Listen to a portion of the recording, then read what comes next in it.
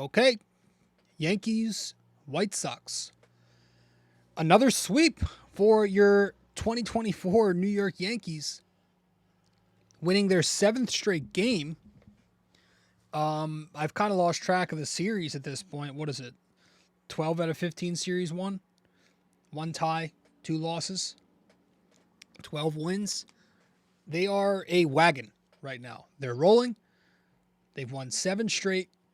With the second consecutive sweep here, they now move to 33-15 with a .688 win percentage on the year, in first place by 2 games now. 2 games up on Baltimore in the American League East. Let's talk Yankees. Welcome to the podcast. I'm your host, RJ Carbone. You are listening to BD4, where there's no better way to get your Yankees and Knicks analysis. We also do MMA. Yanks every series, Knicks every game, MMA on occasion. Let's get to it. Anthony for 3. That one goes down, and the game is tied. I'd like to take this chance to apologize to absolutely nobody. The Yankees are champions of baseball. Shaking and baking right here on the neophyte. U.S. trying to close the show. She was doing a great job of feeding that. It's over.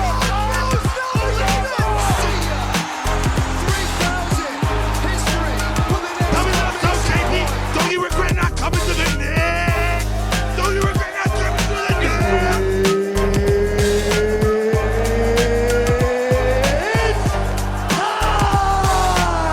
Game over.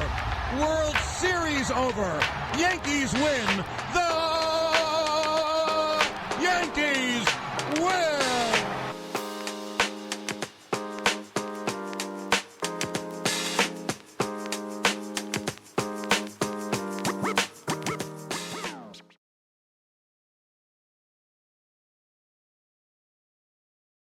Okay, welcome to the show, episode 687 of BD4.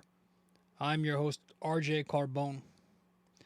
We are talking New York Yankees as they sweep the Chicago White Sox. 1 second here, let me just... welcome to the show. We are... once again, doing audio only for a second straight Yankees episode just because I have to figure something out. I have to order a new charger for my tablet because the other one just died out. So as soon as that new charger comes, I'll be able to record video again just because that's how I have to record. It needs to be charged because it doesn't have the CPU to carry that much usage.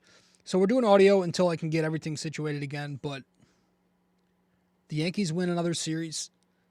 Shouldn't come as a surprise to anybody because this team is just rolling right now, and we're here to talk about it. We are here to talk about it. Episode 687 of the podcast. Welcome to BD4. I'm your host, RJ. Let's get right into it. This was a 3-game set over the past weekend for the Yankees. Let's talk game 1 of this series, where the Yankees win all 3 games at the Yankee Stadium. At Yankee Stadium, sorry. Game 1, the Yankees take this 4-2. You have the lefty Nestor Cortez going up against the right-hander Mike Clevinger, who is just terrible. Didn't even know where he was. Last I called, he was relevant with Cleveland? That was like years ago too. But the Yankee bats score enough. 4 runs on 9 hits, 5 extra base hits, 3 walks, 8 strikeouts, grounded into 1 double play. They were 2 for 8 with runners in scoring position. Got going early. Bottom of the first inning, you have the Aaron Judge solo home run off of a sinker. Makes it 1-0. They tie the game, the White Sox do, at the top of the 4th. But the Yankees respond in the bottom of the 4th with 2 more. Judge walks, and then you get Verdugo and Stanton with back-to-back doubles. RBI double for Stanton, make it 3-1. Bottom 6 comes Stanton stays hot with a home run off of a first pitch fastball from Banks, makes it 4-1. Stanton goes 2 for 4 in the game. Rizzo goes 2 for 4 in the game. Judge was on base 4 times in the game. Nestor Cortez for the Yankees goes 7, 1 run, none of them earned. 5 hits, a walk, 6 strikeouts, no home runs allowed, 93 pitches. And the win, really just the 1 run came in the top of the third off of the Oswaldo Cabrera E5. And then following that, he lets up the RBI base hit to Vaughn when he leaves a cutter a little bit up in the zone. But he's been, listen, if there's one thing that Nestor Cortez has done exceptionally well this year, it's give the Yankees length. I believe he still leads the American League in innings pitched, which is literally the exact opposite of what I expected following last year. You had the concerns about third time through the order. You had the concerns about, is he just a 5-and-fly guy? I was worried about the rotator cuff injury. Didn't think that he respond by leading the American League in innings and on May 20th. So that's a really promising thing to see. If there's one thing that's interesting, I don't know. I mean, it's a pretty large sample in his Yankees career. His home road splits are kind of like getting more telling every start he makes. He's really, really good in the Bronx. And then he's not so good away from the Bronx. So I don't know if he just relies on the crowd to get into his whole, fancy deliveries and everything, like the antics. He's more comfortable doing that in the Bronx. I don't know, but that's one trend that I've noticed. But yeah, Nestor Cortez continues his very solid season. He's going deep into games, and for a guy who I thought was borderline washed / at best a 5th starter, this is more than I expected. So I think he's been fine, doing what he's supposed to do against a terrible White Sox team. And a lot of these, Nestor Cortez, 8 innings against the Marlins, 7 against the White. I get it, but he's doing what he's supposed to do. The bullpen in this gets the remaining 2 innings, no runs, 4 strikeouts. Ian Hamilton, a third of an inning for him, 1 run on 3 hits, strikes out a batter. He struggled badly. Not the best 8th inning for him. Lets up the leadoff double to Tommy Pham. Then Vaughn hits the RBI single to make it 4-2 Yankees. But Ferguson comes in, and he works out of that Hamilton jam by pitching 2/3 of an inning, getting those final 2 outs there, no runs, a strikeout.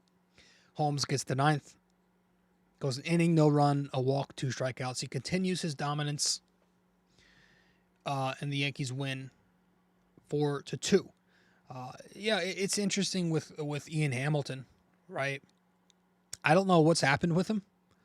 It's a large sample now, really, since the beginning of the season. Like, Houston was kind of the last series he had where, like, he was pitching clean innings. Ever since then, it's just been traffic, and he's putting traffic on, and the numbers might look okay, but a lot of that's because he's getting bailed out by the next guy who comes into the game.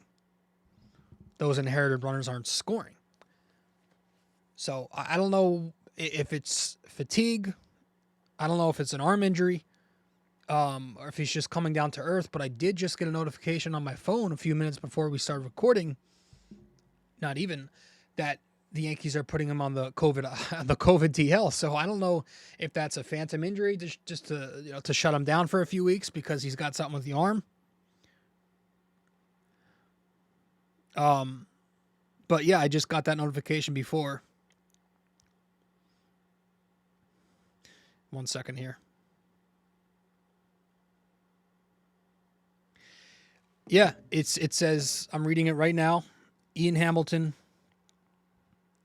He's the first Yankee to go on the COVID IL since 2022. They're calling up Clayton Andrews. So there's that. So his season has been odd, to say the least. And I just wonder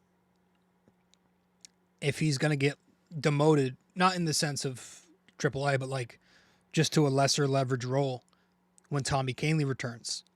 Tommy Kahnle might be the guy who takes that 8th inning role because Kahnle's a guy who can get both lefties and righties out. That changeup works going away from the lefty. Ian Hamilton's little changeup slider pitch, that Slombio, hasn't gotten the same results. So I just thought that was notable. But the Yankees win 4-2. And then game 2 of the series, the Yankees win 6-1. 6-1. It was the right-hander Luis Gil versus the right-hander Keller. 6 runs for the Yankee bats on 9 hits, 6 of them extra base hits, 5 walks, 11 strikeouts. They were 1 for 8 with runners in scoring position. In the bottom of the first, they were down 1-0. But you get the Juan Soto solo bomb, 417 feet to tie the game at 1. Judge with a base hit after that, and then Giancarlo Stanton steps to the plate in the 5-hole, rips an RBI double to make it 2-1 Yankees. Bottom 2, Jose Trevino, now with the solo home run, makes it 3-1. Birdie reaches base after that from the E6, and then Juan Soto, another RBI with a base hit to make it 4-1. Bottom 3, now it's Giancarlo Stanton's turn for a home run, a solo bomb to make it 5-1. 5th inning, Soto comes up to the plate, solo bomb. It's 6-1. Soto won 4 for 4, snapped the slump very easily with a walk, 2 home runs, 3 RBIs. Stanton goes 2 for 3, double, walk, 2 RBIs. We'll talk about Luis Gil's outing in a little bit. The bullpen in this game, it was Nick Birdie and Santana combining for 3 shutout innings. Birdie went and got outs in the 7th and 8th, and Santana was given the 9th, did a nice job. So the Yankees would win that game 6-1. Game 3 of this series, 7-2 win for the Yankees over the White Sox. The lefty Rodon versus the righty Flexen. 7 runs on 10 hits, 4 extra base hits, a walk, 9 strikeouts, 2 for 6 with runners in scoring position for the Yankee bats.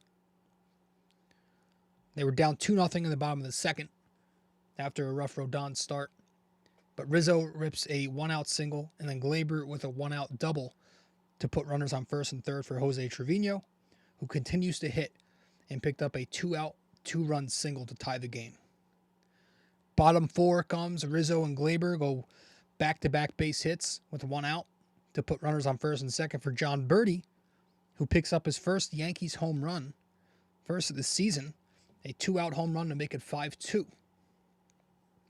Bottom 5, it becomes 7-2 after a Soto walk and a Judge 2-run home run. That is the recipe for that 2-3 in the order right there. That's why they do it. Rizzo goes 2 for 4, Glaber 2 for 4, double, Birdie 2 for 3, homer, 3 RBIs, Volpe 1 for 4, double. His hit streak has now reached, I think, 12 games. Judge 1 for 4, home run, 2 RBIs. Carlos Rodon, 6 innings, 2 runs, 4 hits, 2 walks, a hit batter, 6 strikeouts, 1 home run, 99 pitches in the win. You know, he struggled early in the game. He had some trouble in the 2nd inning.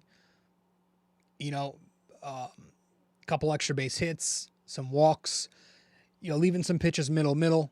That led to a couple runs to put Chicago up 2-0 early.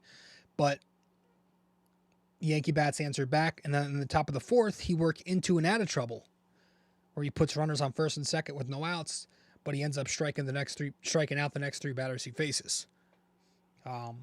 Thought he had a good slider. Worked the fastball up in the zone like he usually does. But he did a nice job, and he continues to have a good season. You know, and I like the comments that I heard from Rodon after the game yesterday.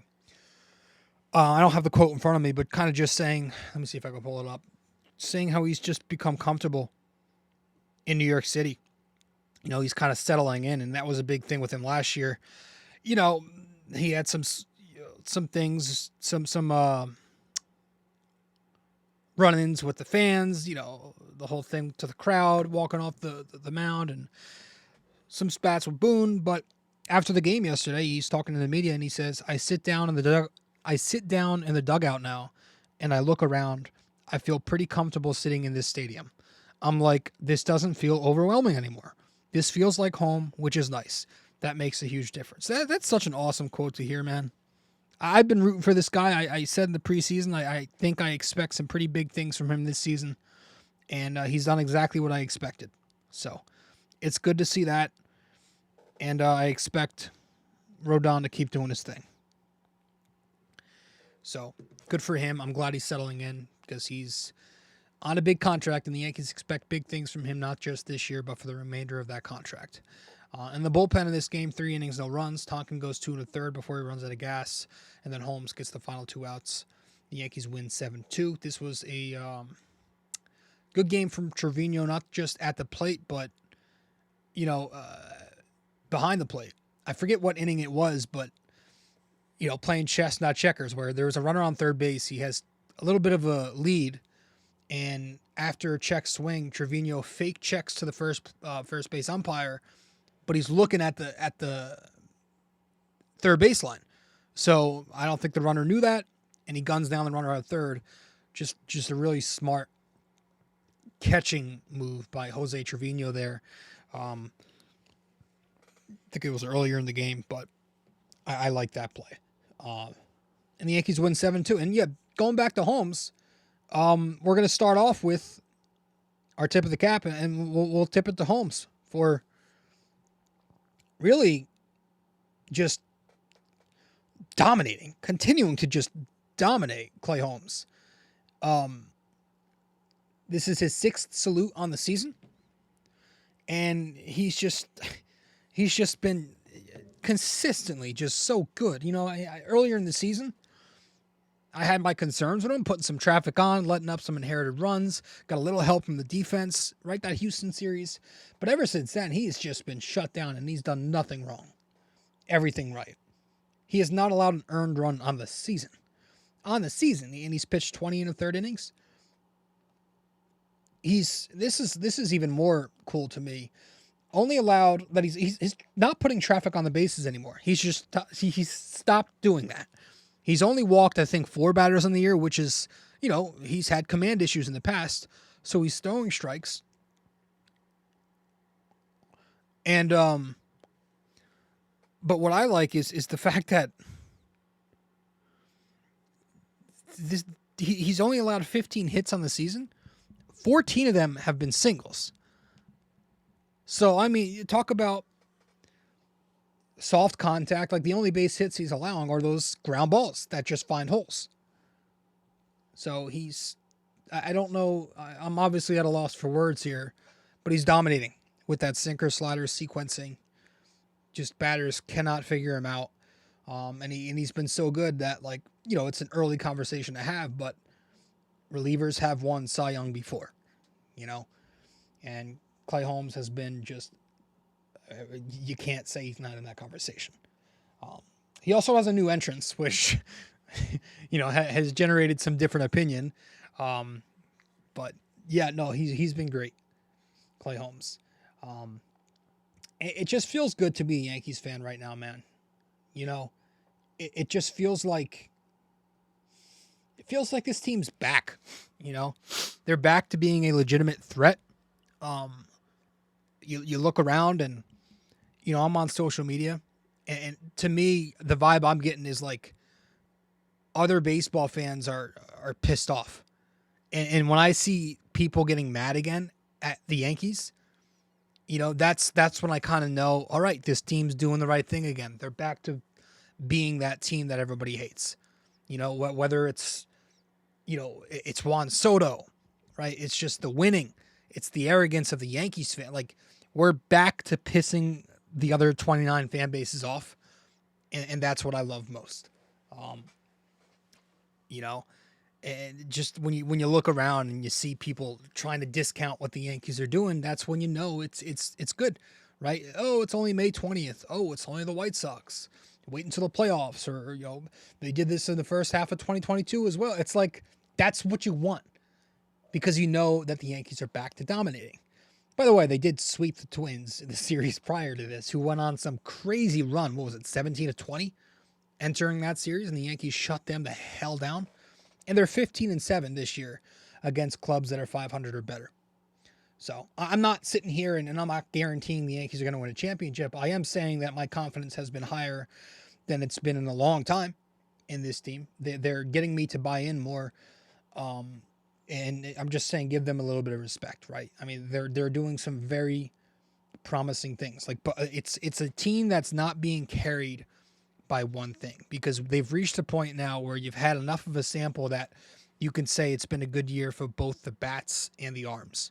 The lineup is hitting, and the rotation and the bullpen is pitching. Both the hitting and pitching have been elite up to this point. Now the bats have come around a little more recently, but again, it's been like a month where they've been hitting, and it's. I think it's a sustainable formula to where I think they might not win 111 games, whatever they're on pace for, but I think it's sustainable in the fact that they'll be a first place, second place team all year, which I didn't have that expectation just a few weeks ago. I was saying, all right, well they'll be a fringe wild card team, 89 wins or so. But it seems like they're actually back to being a dominant regular season team at the least. And I've always believed in the bats.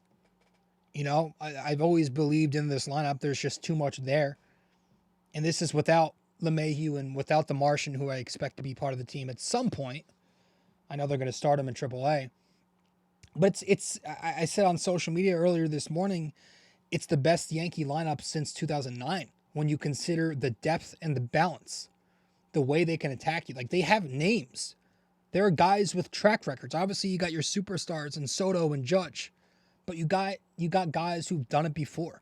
Verdugo's had a track record of being a good hitter. Even Gleyber Torres, who's having a terrible season, starting to come around, and he's had a track record of being at least a decent hitter.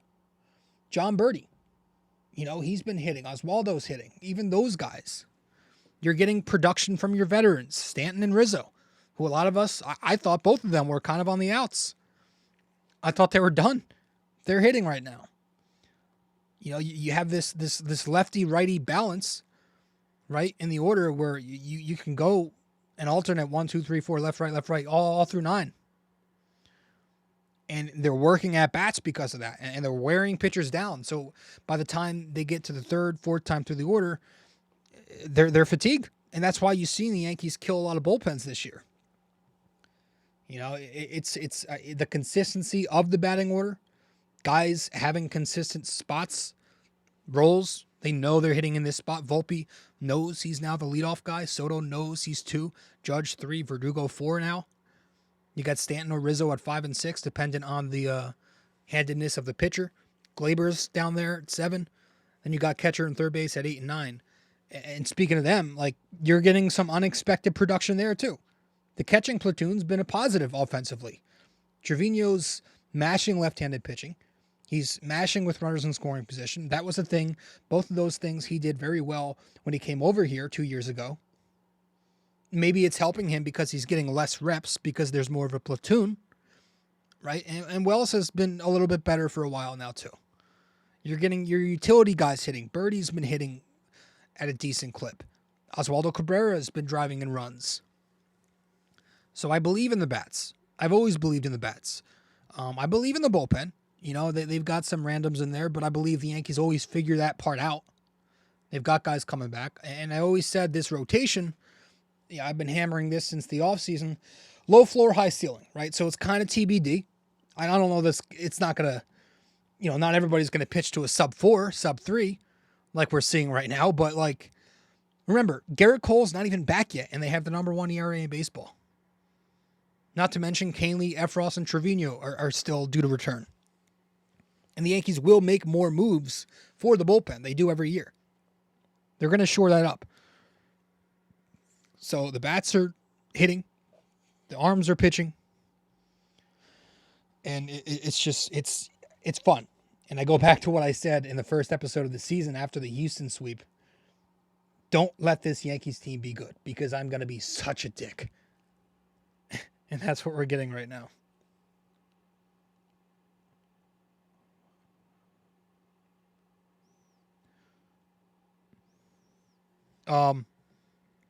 Sorry, I'm kind of doing two things at once. Reading some things on my phone. Where the kind of lost my train of thought there. Oh, let's keep going with our tip of the caps, and I'm going to tip my cap going back to the mound to Luis Gil. My gosh, Luis Gil has turned this into something pretty special right now. It's his third salute of the season, but in Game 2, his best start of his career. He goes 6 innings, allows 1 run, 5 hits, a walk, strikes out 14 batters to break El Duque's rookie strikeout record, who also threw out the first pitch. No home runs allowed, 98 pitches in the win. He's just got this swagger right now. He's pitching with the confidence. You know, he's in a rhythm that cannot be disrupted.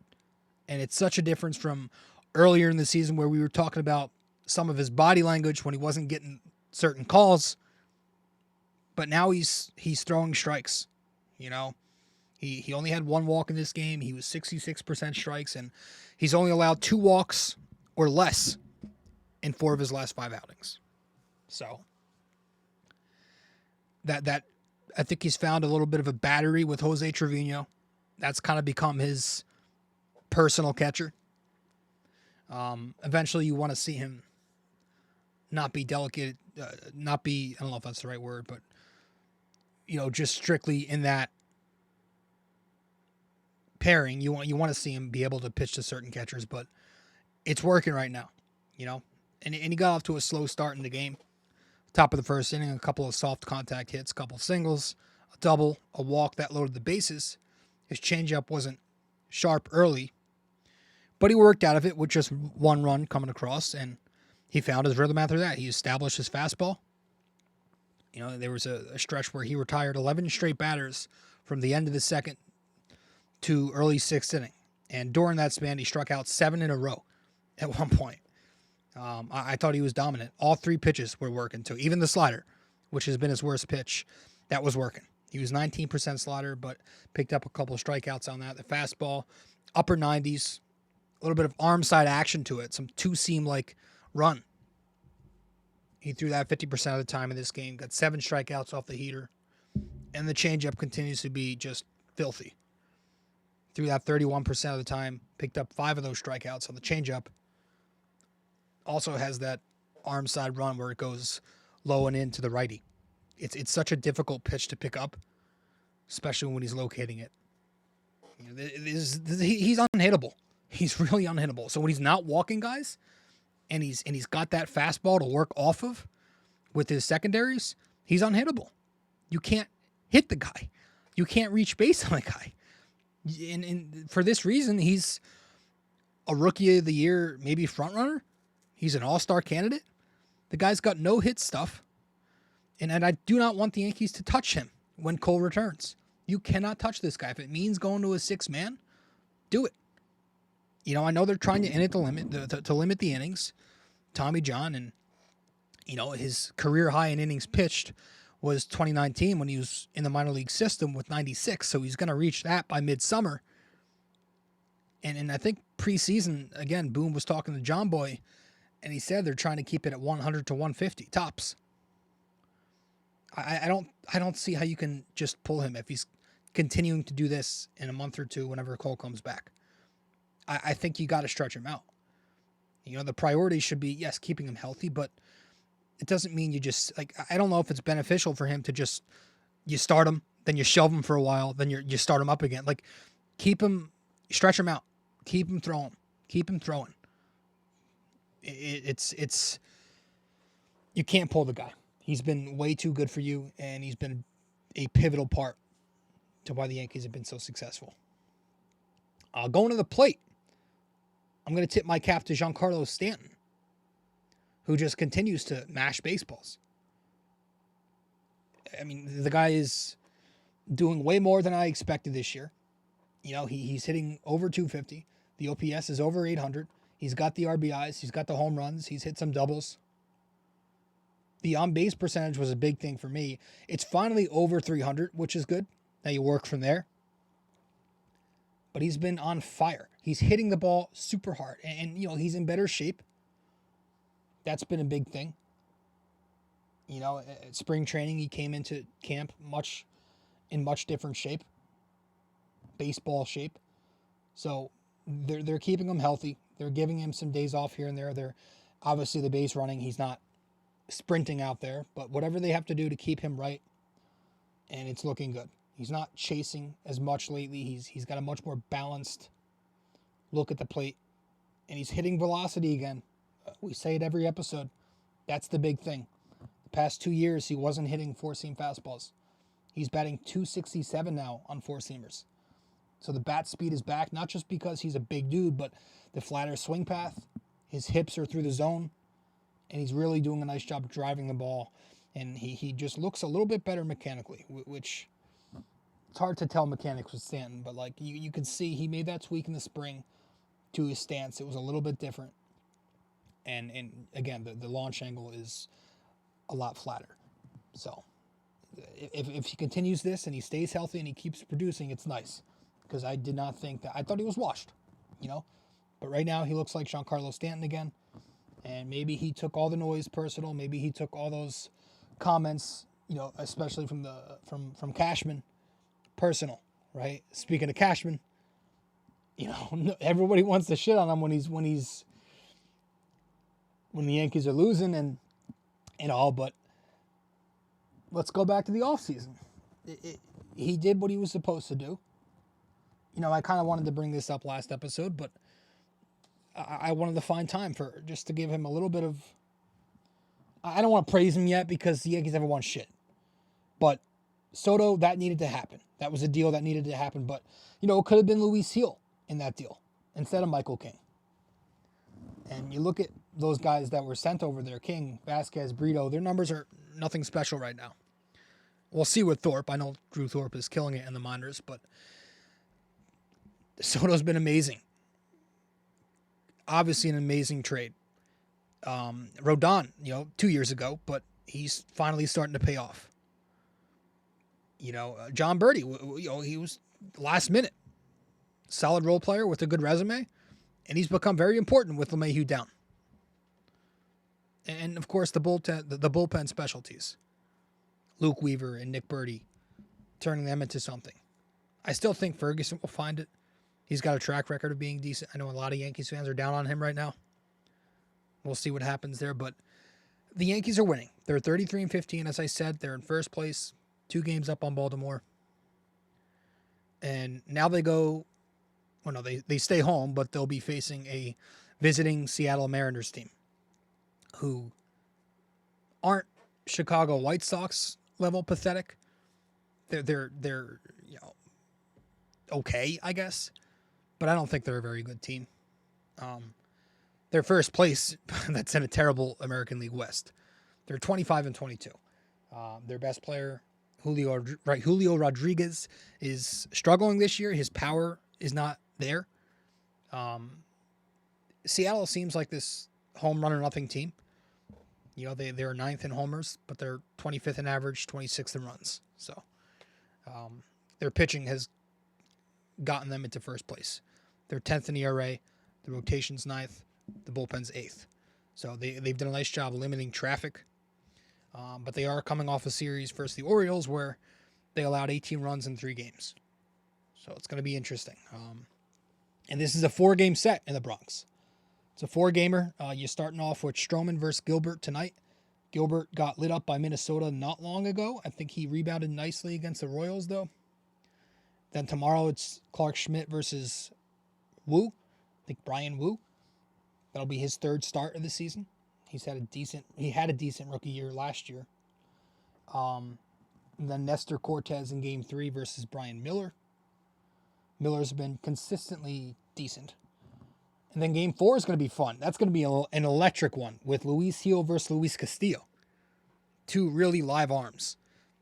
So it should be a fun series. I would like for the Yankees to take 3 out of 4, given they're home, given they're a much better team.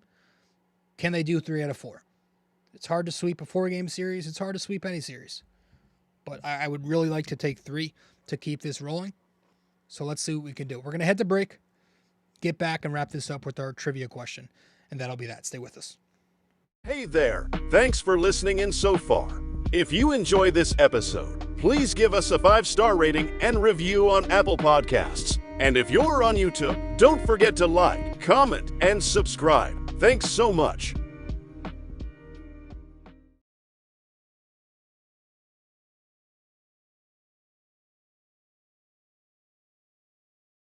You can follow us on social media as well. On Instagram, we're at BD4Pod and at Rob J. Carbone. On X, we're at BD4Pod and at RJCBD4. And on Facebook, we're BD4.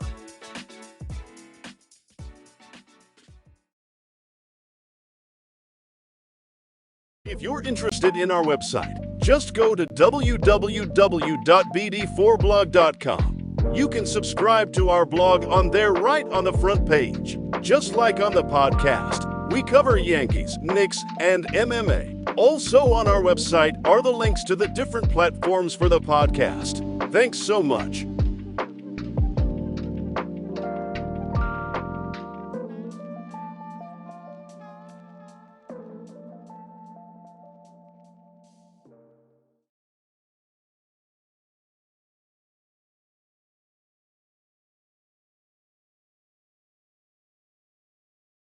Studio 69 Productions is a podcast production agency created by Leo Rodriguez to allow content creators to market their podcast. It's an online platform that will market your podcast or any other project that you're working on. Get in touch with Leo Rodriguez from Studio 69 Productions. You can find Studio 69 Productions on Instagram at Studio69NJ. Studio 69 Productions, where dreams are heard and born.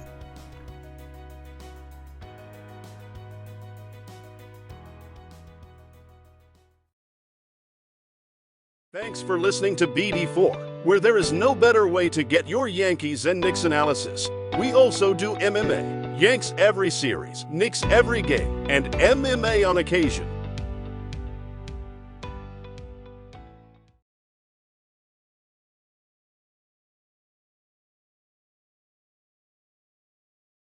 All right, welcome back to the show. Let's wrap this thing up with our trivia question of the day for episode 687 here. Let's get to it.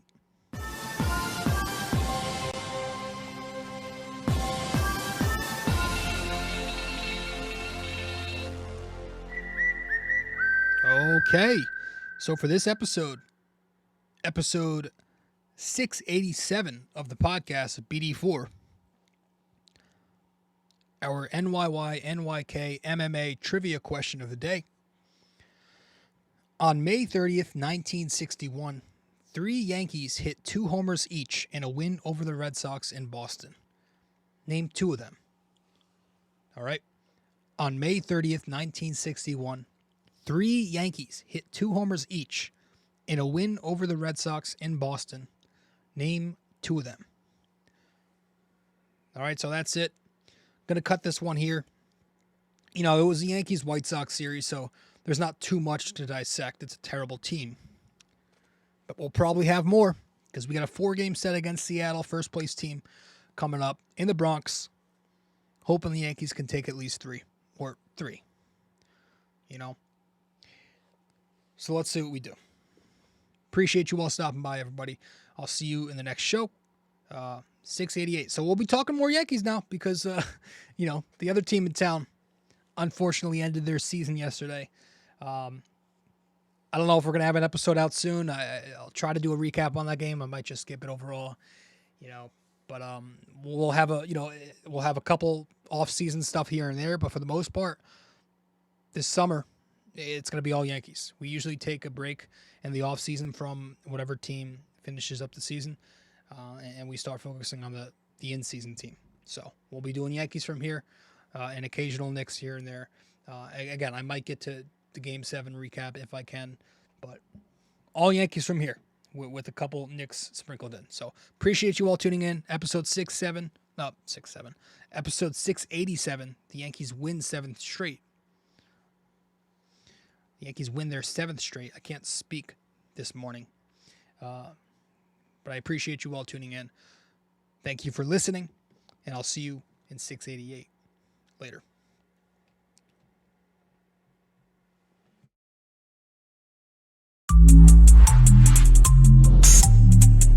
This episode was brought to you by Anchor. Hey there! If you stayed the entire way through, we thank you immensely for it. We hope you enjoyed this podcast and that you come back for the next episode real soon. Don't forget to like, subscribe, comment, download these episodes, and share them with your friends as well. BD4 is a 5-star podcast simply because of you. And we'd like to keep it that way. Have a wonderful day. Go Yankees and go Knicks!